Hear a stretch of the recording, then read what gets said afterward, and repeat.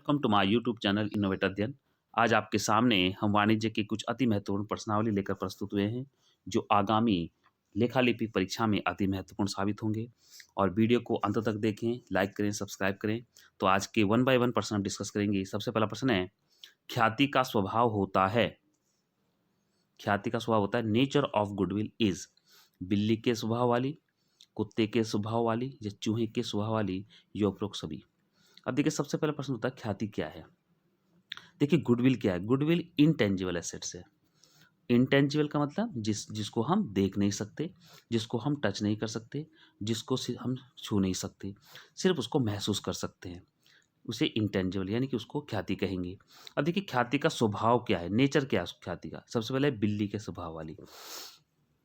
बिल्ली के स्वभाव का मतलब हो गया है, जिस तरह से बिल्ली किसी घर में अगर रहती है तो वो स्थान को नहीं छोड़ती। उसके मालिक अगर कहीं चले जाएं या मालिक परिवर्तित हो जाए तब भी वो स्थान नहीं छोड़ती। यानी कि ऐसी ख्याति जो सिर्फ संस्थागत यानी कि संस्था से ही जुड़ी रहती है, उसे मालिक से कोई प्रभाव नहीं पड़ता, तो वो बिल्ली का स्वभाव वाली मानी जाती है। तो इस प्रकार से उसे संस्थागत ख्याति भी कह सकते हैं और लोकेलिटी गुडविल भी कहते हैं। तो उसे कहते हैं बिल्ली के स्वभाव वाली ख्याति। दूसरी है कुत्ते के स्वभाव वाली। अब कुत्ते के स्वभाव का मतलब जैसे कि डॉग होता है, अपने मालिक के प्रति क्या होता है, वफादार होता है। ऐसे ही ख्याति जो है, कुत्ते के स्वभाव वाली ख्याति जो है, मालिक के साथ साथ चली जाती है। अगर मालिक कहीं चला गया तो ख्याति भी चली जाती है। इस प्रकार से ख्याति का मूल्य कम हो जाता है। तो इसे कहते हैं व्यक्तिगत ख्याति यानी पर्सनल गुडविल। इसके बाद है तीसरा, चूहे के स्वभाव वाली। अब चूहे के स्वभाव वाली क्या है, जैसे कि चूहा होता है, स्थान बदलता रहता है, उसे ना मालिक से, ना ऑनर से मतलब है, ना उसे संस्था यानी स्थान से मतलब है। वो अपने मूड के हिसाब से चलता है। तो इसी तरीके से ख्याति भी जो है अपरिवर्तित होती रहती है, कभी ज़्यादा होती है, कभी कम हो जाती है। तो इस प्रकार से चूहे के स्वभाव वाली ख्याति मानी जाएगी। इसे फ्यूजिटिव गुडविल भी कहते हैं। तो इस प्रकार से ये तीनों ही मानी जाएंगी, ख्याति का स्वभाव, बिल्ली के स्वभाव वाली, कुत्ते के स्वभाव वाली और चूहे के स्वभाव वाली, तीनों ही मानी जाएंगी। तो आंसर क्या हो जाएगा, ख्याति का स्वभाव है उपरोक्त सभी। अगला प्रश्न है, चिट्ठी में दिखाया गया संयुक्त जीवन पॉलिसी खाता कौन सी राशि को प्रकट करता है। The balance of joint life policy account are as shown in the balance sheet represents. तो इसका ऑप्शन है पॉलिसी का समर्पण मूल्य यानी surrender value of policy, firm द्वारा कुल देय प्रीमियम यानी total premium paid by firm, या संयुक्त जीवन बीमा पॉलिसी का वार्षिक प्रीमियम यानी एनुअल प्रीमियम और ज्वाइंट लाइफ पॉलिसी, या पॉलिसी में प्रवेश होने की प्राप्य राशि। तो इसका सही उत्तर हो जाएगा पहला, पॉलिसी का समर्पण मूल्य यानी सरेंडर वैल्यू ऑफ पॉलिसी। अब देखिए, जो पॉलिसी होल्डर है, अगर वो मैच्योरिटी पीरियड से पहले ही अपनी पॉलिसी से एग्जिट कर ले तो वो सरेंडर वैल्यू माना जाता है। इस प्रकार से आंसर हो जाएगा, जिसे हम बैलेंस शीट में दिखाएंगे, तो पॉलिसी का समर्पण मूल्य। अगला प्रश्न है, साझेदारी फर्म के विघटन पर हानियां सबसे पहले चुकाई जाएंगी। अगर on the dissolution of partnership firm losses will be charge first. सबसे इसका ऑप्शन है out of profit, from partners loan account, from partners capital account, या फ्रॉम पार्टनर्स पर्सनल रिसोर्सेज। अब देखिए, उसको समझ लीजिए। अगर डेजोल्यूशन पर फर्म के विघटन पर कोई लॉस होता है तो उसको सबसे पहले आउट ऑफ प्रॉफिट किया जाएगा, आउट ऑफ प्रॉफिट से एडजस्ट किया जाएगा। उसके बाद आउट ऑफ कैपिटल। तो सेकेंड नंबर हो जाएगा आउट ऑफ कैपिटल, फर्स्ट है आउट ऑफ प्रॉफिट। तो इस प्रकार से इसका उत्तर हो जाएगा, लाभों में से सबसे पहले फर्म के विघटन पर होने वाली हानि को चार्ज किया जाएगा। आंसर हो जाएगा पहला, आउट ऑफ प्रॉफिट। अगला प्रश्न है, आर्थिक चिट्ठी में सामान्य संचय को किस शीर्षक के अंतर्गत दिखाया जाएगा, यानी general reserve will be shown under which head of the balance sheet. Short term provision, share capital, miscellaneous expenses, या रिजर्व एंड सरप्लस। तो जनरल रिजर्व को हम किस में दिखाते हैं, रिजर्व एंड सरप्लस में दिखाते हैं। अब देखिए, जनरल रिजर्व क्या होता है। जनरल रिजर्व का मतलब होता है कि कंपनी प्रॉफिट में से कुछ हिस्सा अपने जनरल रिजर्व में ट्रांसफर कर देती है, ताकि फ्यूचर में जो भी नीड्स हैं उसको पूरा किया जा सके। ठीक है, तो इस प्रकार से, लेकिन जब प्रॉफिट नहीं होगा, लॉस होगा, तब जनरल रिजर्व क्रिएट नहीं होगा। तो उसको हम रिजर्व एंड सरप्लस के मेन हेडिंग के अंदर दिखाते हैं जनरल रिजर्व को। तो आंसर हो जाएगा डी, रिजर्व एंड सरप्लस। अगला प्रश्न है, कंपनी के स्थिति विवरण में समता एवं दायित्व भाग में मुख्य शीर्षकों की संख्या कितनी है। यानी जो इक्विटी लायबिलिटी होती है बैलेंस शीट में, उसके अंडर में कितने मेन हेडिंग्स आती हैं।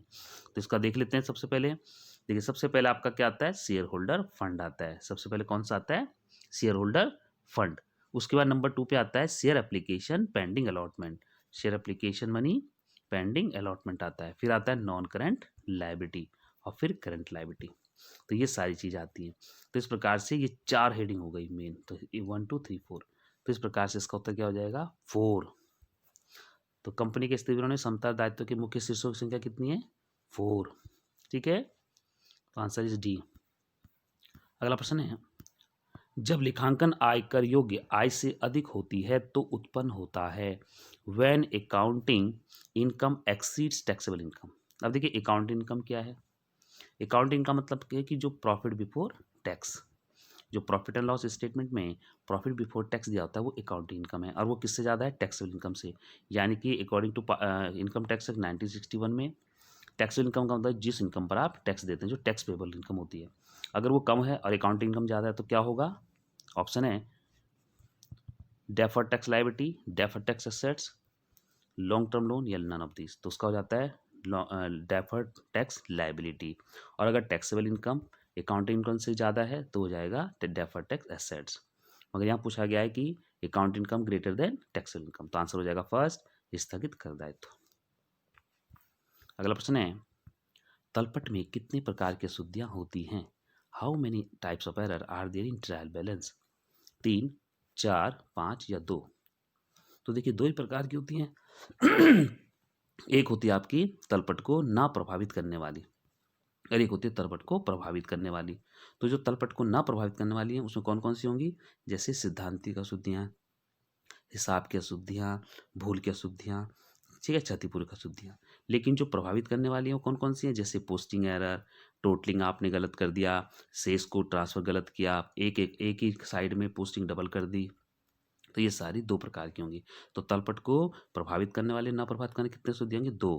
तो आंसर क्या हो जाएगा 2, डी आंसर हो जाएगा। अगला प्रश्न है, भारतीय विनिमय साध्य लेख पत्र अधिनियम की धारा में विनिमय विपत्र का उल्लेख है। Bill of exchange is mentioned in which section of Indian negotiable instrument act. इसमें ऑप्शन है 3 4 5 या 6, किस धारा में बताया गया है। इसका सही उत्तर है 5। तो bill of exchange is mention in 5।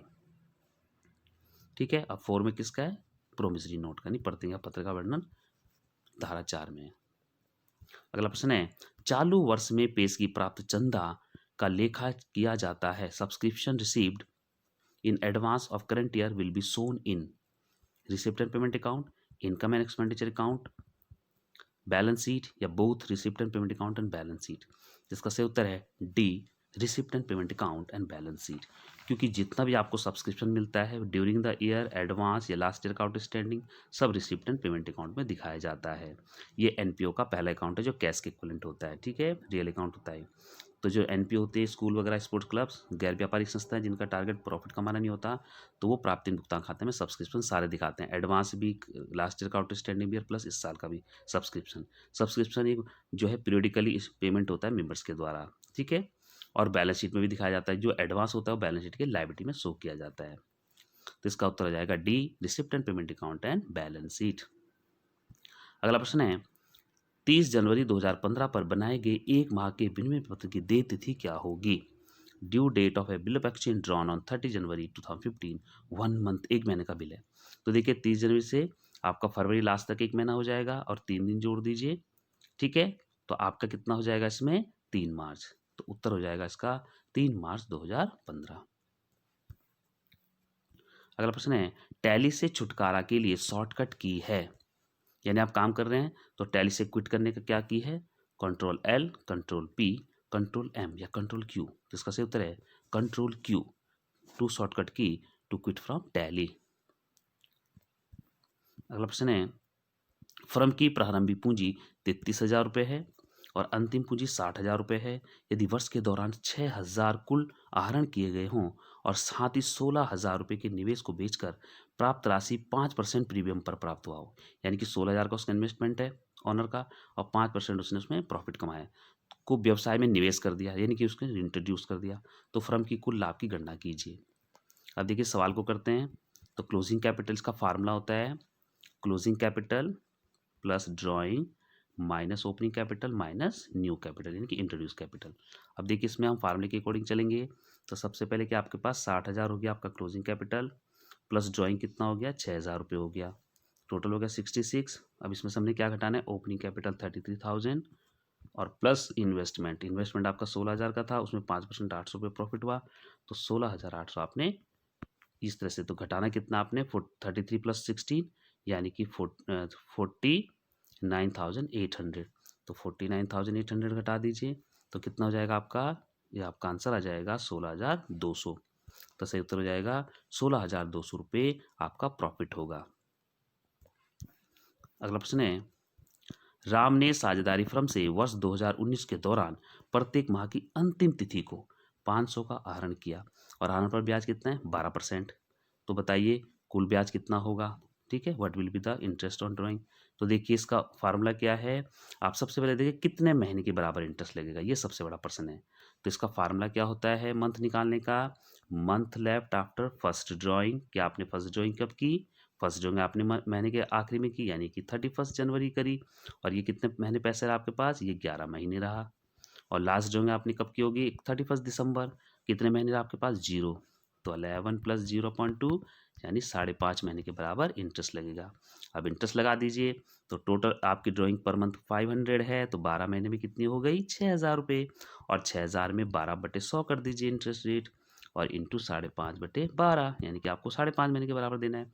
तो 12 से 12 कैंसिल कर दीजिए, 2 जीरो से 2 जीरो, यहाँ बचा 60, 60 की 5.5 में मल्टीप्लाई कर दीजिए, तो ये आ जाएगा 5 6 30 प्लस 3 33, तो 330 रुपये आ जाएगा।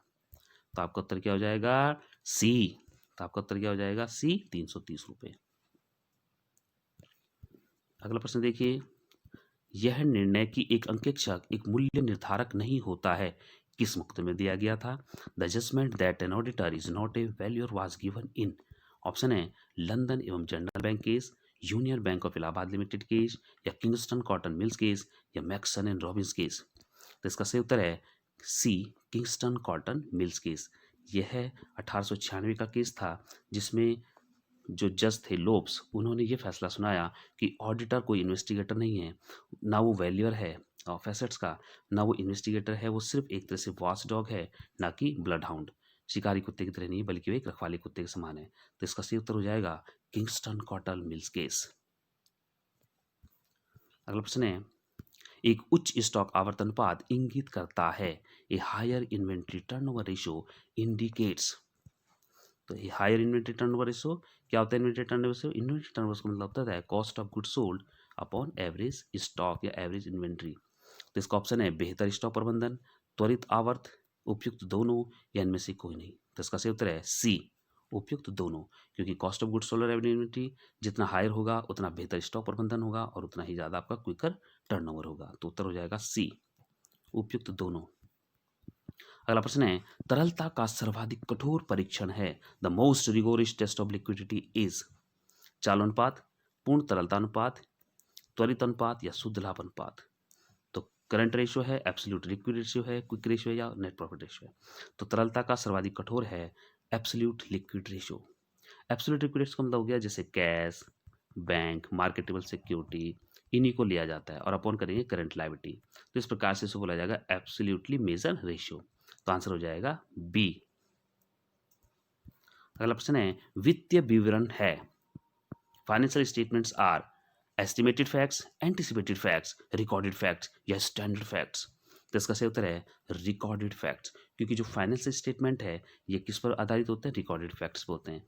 इस प्रकार से फाइनेंशियल स्टेटमेंट जितने भी हमने रिकॉर्ड किए हुए फैक्ट्स हैं उसमें से डाटा कलेक्ट होते हैं, तो फाइनेंशियल स्टेटमेंट क्रिएट होते हैं। तो आंसर हो जाएगा रिकॉर्डेड फैक्ट्स। तो वित्तीय विवरण क्या है, अभिलिखित तथ्य है। अगला प्रश्न है, निम्नलिखित में से कौन सी गतिविधियां नगद कोष प्रभाव की वित्त पोषण गतिविधियां हैं, यानी कि which of the following are cash flow from financing activity. अब देखिए कोई भी कंपनी 3 एक्टिविटी करती है, ऑपरेटिंग एक्टिविटी करती है जो उसकी मेन एक्टिविटी होती है जिससे अर्निंग करती है, फिर इन्वेस्टिंग एक्टिविटी होती है जो एसेट्स से, फिक्स एसेट्स से रिलेटेड होती है, इन्वेस्टमेंट से रिलेटेड होती है, और तीसरी होती है फाइनेंसिंग एक्टिविटी जिसमें वो शेयर इशू करती है, सोर्स अरेंजमेंट करती है अपने पैसों की, उसके बाद डिवेंचर इशू करती है, और फिर उसके बाद जो शेयर होते हैं उसमें डिविडेंड पे करती है और डिवेंचर में इंटरेस्ट पे करती है। तो देखिए इसका ऑप्शन क्या है, ब्याज प्राप्त करना, लाभांश प्राप्त करना, ब्याज देना, या लाभांश देना, या इंटरेस्ट पेड और डिविडेंड पेड। तो इसका उत्तर हो जाएगा, और ऑप्शन दिए हुए इसमें both A and B, both A and C, both C and D, या ऑल ऑफ द अबव। अब देखिए इंटरेस्ट रिसीव करना और डिविडेंड रिसीव करना ये आपका किसका है, ये तो आपका इन्वेस्टिंग एक्टिविटी है, ठीक है। और इसका हो जाएगा interest paid and dividend paid, क्योंकि शेयर इशू करते हैं हम फाइनेंसिंग एक्टिविटी में सोर्स फाइनेंस अरेंज करने के लिए, और डिवेंचर इशू करते हैं शेयर होल्डर को, जो शेयर्स खरीदते हैं शेयर होल्डर होते हैं उनको डिविडेंड दिया जाता है, और जो डिवेंचर हम इशू करते हैं लोन लेते हैं उसके अगेंस्ट डिवेंचर इशू करते हैं उसमें इंटरेस्ट देना पड़ता है। तो हमारा हो जाएगा interest paid and dividend paid. तो ऑप्शन हो जाएगा C, both C and D are correct.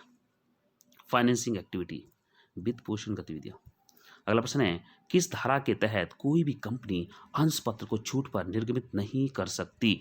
Shares can not be issued at discount under section of company act 76, 75, 53 या 89। तो इसका सही उत्तर है 53 यानी 53। इस धारा के तहत कंपनी अंश पत्र को छूट पर निर्गमित नहीं कर सकती। अगला प्रश्न है, यदि अंतिम पूंजी प्रारंभिक पूंजी से अधिक है, closing capital is greater than opening capital. अब सीधी सी बात है, जब क्लोजिंग कैपिटल ज़्यादा होगी और ओपनिंग कैपिटल आपकी कम होगी तो आपके पास प्रॉफिट होगा ही होगा। ठीक है, तो ऑप्शन दे रखा है प्रॉफिट होगा, हानि होगी, लाभ होगी यदि नवीन पूंजी व्यवसाय में ना लगाई गई हो, या profit if fresh capital is not introduce. और आपका नेक्स्ट ऑप्शन है नो लाभ ना हानि। तो देखिए, जब आपकी क्लोजिंग कैपिटल ओपनिंग कैपिटल से ज़्यादा होगी तो आपका प्रॉफिट तो होगा ही होगा, लेकिन अगर हमने न्यू कैपिटल इंट्रोड्यूस कर दी तब, तो उस कंडीशन में तो क्लोजिंग कैपिटल आपकी कम हो जाएगी। तो इसीलिए ये जरूरी है कि नई कैपिटल ना लगाई गई हो। तो उत्तर हो जाएगा सी, लाभ यदि नवीन पूंजी व्यवसाय में ना लगाई गई हो तभी क्लोजिंग कैपिटल ओपनिंग कैपिटल से ग्रेट मानी जाएगी। अगला प्रश्न है, जब सामान और सामग्री आपूर्तिकर्ता को वापस किया जाता है, when the goods are return to supplier, तो क्या होगा? Debit note is send to him, a receipt is send to him, credit note send to him, या account sales is send to him. अब देखिए, जब कोई परचेजर गुड्स को वापस करेगा तो वो सप्लायर के प्रति क्या करेगा? वो अपना डेबिट नोट इशू करेगा। डेबिट नोट का मतलब है कि जितने अमाउंट से उसने सामान वापस किया है वो अपने सप्लायर को क्या करेगा? डेबिट कर देगा। तो इस प्रकार से वो डेबिट करेगा तो डेबिट नोट क्रिएट करेगा, तो इस प्रकार से उसे डेबिट नोट भेजा जाएगा। तो उत्तर हो जाएगा debit note is send to supplier to whom he return goods. जिसको उसने सामान वापस किया उसे डेबिट करेगा तो डेबिट नोट भेजेगा। अगला प्रश्न है, प्रति प्रविष्टि की जाती है केवल contra entries are passed only when. अब देखिए, कॉन्ट्रा एंट्री क्या होती है? यानी कि जब हम कैश बुक में कैश और बैंक दोनों की एंट्री करते हैं तो वो कॉन्ट्रा एंट्री कहलाती है। तो देखिए ऑप्शन क्या दे रखा है इन्होंने, जब 2 खानों वाली रोकड़ भी बनाई जाती है, जब 3 खाने वाली रोकड़ भी बनाई जाती है, जब साधारण रोकड़ भी बनाई जाती है, या इनमें से कोई नहीं। तो जब भी कैश बुक में कैश और बैंक दोनों कॉलम बनाए जाते हैं तो उसे कॉन्ट्रा एंट्रीज कहते हैं। तो हमारा उत्तर क्या हो जाएगा? पहला ऑप्शन हो जाएगा, when double column cash book is prepared. बहुत अच्छा प्रश्न था ये। अगला प्रश्न है, यदि बिल की परिपक्वता तिथि पर छुट्टी अवकाश हो, मान लीजिए आपने देखा होगा कोई बिल ड्रॉन होता है तो वो मान लीजिए 1 महीने का है, अभी पिछले सवाल में था, तो हमने क्या करना है, मान लीजिए 3 मार्च को छुट्टी पड़ गई जिस दिन हमारा ड्यू डेट हुआ, तो हम क्या कैश का पेमेंट करेंगे? तो इसका उत्तर है अवकाश तिथि पर, कार्य दिवस से पहले, अन्य सहमति दिन पर, या अगले कार्य दिवस पर। तो अगले कार्य दिवस को तो हो ही नहीं सकता, सहमति का कोई मतलब ही नहीं है, और अवकाश तिथि पर तो होना ही नहीं है, तो ये होगा प्रीसीडिंग वर्किंग डे, यानी कि कार्य दिवस से पहले। अगला प्रश्न है, संगणक के रखरखाव संरक्षण पर 5,000 रुपये का खर्चा है, वह माना जाएगा पूंजीगत व्यय, आयगत व्यय, आस्थगित आयगत व्यय, या इनमें से कोई नहीं। अब देखिए, अगर कोई भी संगणक क्या होता है? कंप्यूटर होता है। अब देखिए, कंप्यूटर के रखाव का आपने 5,000 का खर्चा किया, अगर कंप्यूटर आप खरीद के ला रहे हैं और उसको आप मेंटेनेंस कर रहे हैं, वेजेस दे रहे हैं, सेटिंग कर रहे हैं, तब तो वो पूंजीगत माना जाता है। लेकिन वो पहले से आपका पुराना हो चुका, आप उसको मेंटेनेंस कर रहे हैं, तब वो आयगत का खर्चा माना जाएगा, क्योंकि आपने बार बार करना है उसका मेंटेनेंस। तो आपका हो जाएगा रिवेन्यू एक्सपेंडिचर। ठीक है, तो मेंटेनेंस ऑफ कंप्यूटर इनकम, इसका हो जाएगा रिवेन्यू एक्सपेंडिचर, आयगत खर्चा माना जाएगा।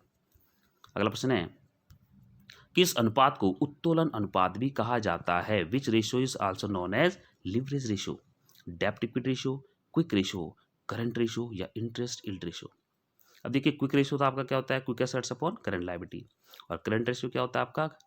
Current asset upon current liability. लेकिन इसका सही उत्तर है पहला, डेब्ट इक्विटी रेशियो, क्योंकि डेब्ट इक्विटी रेशियो को लिवरेज रेशियो भी कहा जाता है, यानी उत्तोलन अनुपात भी कहा जाता है।